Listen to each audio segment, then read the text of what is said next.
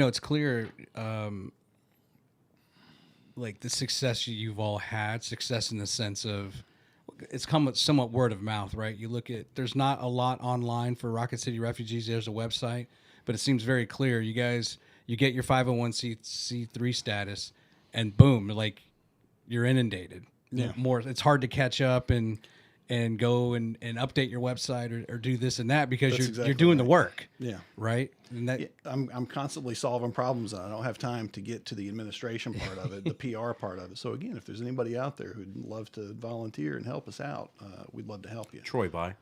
yeah, yeah. I'll find some people. There you go. So yeah, how would you put the volunteers to work? Let's kind of just categorize that. What's your vision for that? So what we're trying to do right now, because we've got one who lives not too far from here, just a couple miles, one of the families. And as I told you before, I live down in South Huntsville, which is where a lot of them are concentrated. That makes it easier for me to get back and forth, to them to help them out.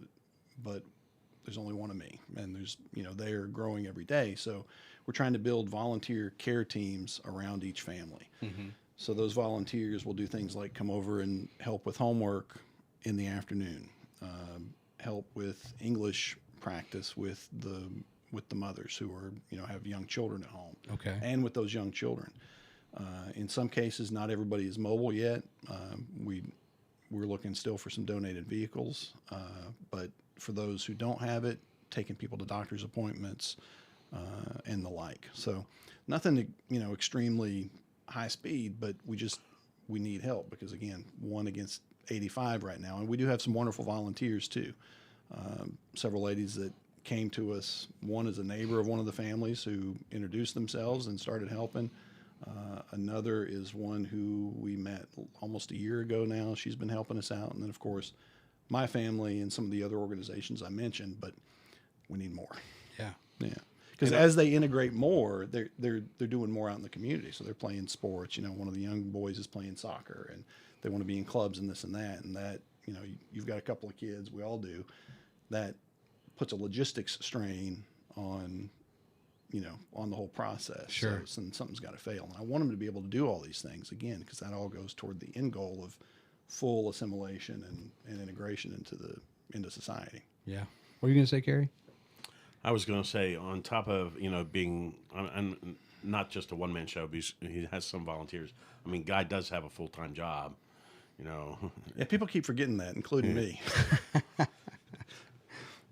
No, in the man, how cool would it be, right, if one of these young children end up being an athletic star or a musical star here in the country and just continue to show, like, if you can just get here, right, and legally, lawfully, all that, these kids can have promise, right? Yeah. And they can flourish and really contribute to society. Yeah, and they do.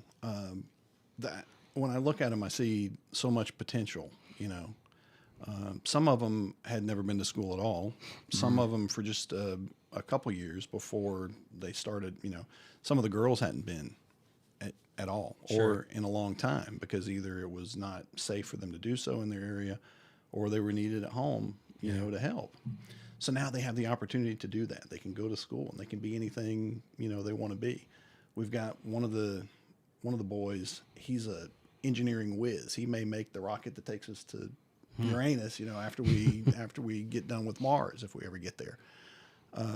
But in the couple of weeks where between when they arrived and when they were enrolled in school and started going, as the younger children were breaking toys, he's cannibalizing them and making other things out of them. So they broke a remote control car.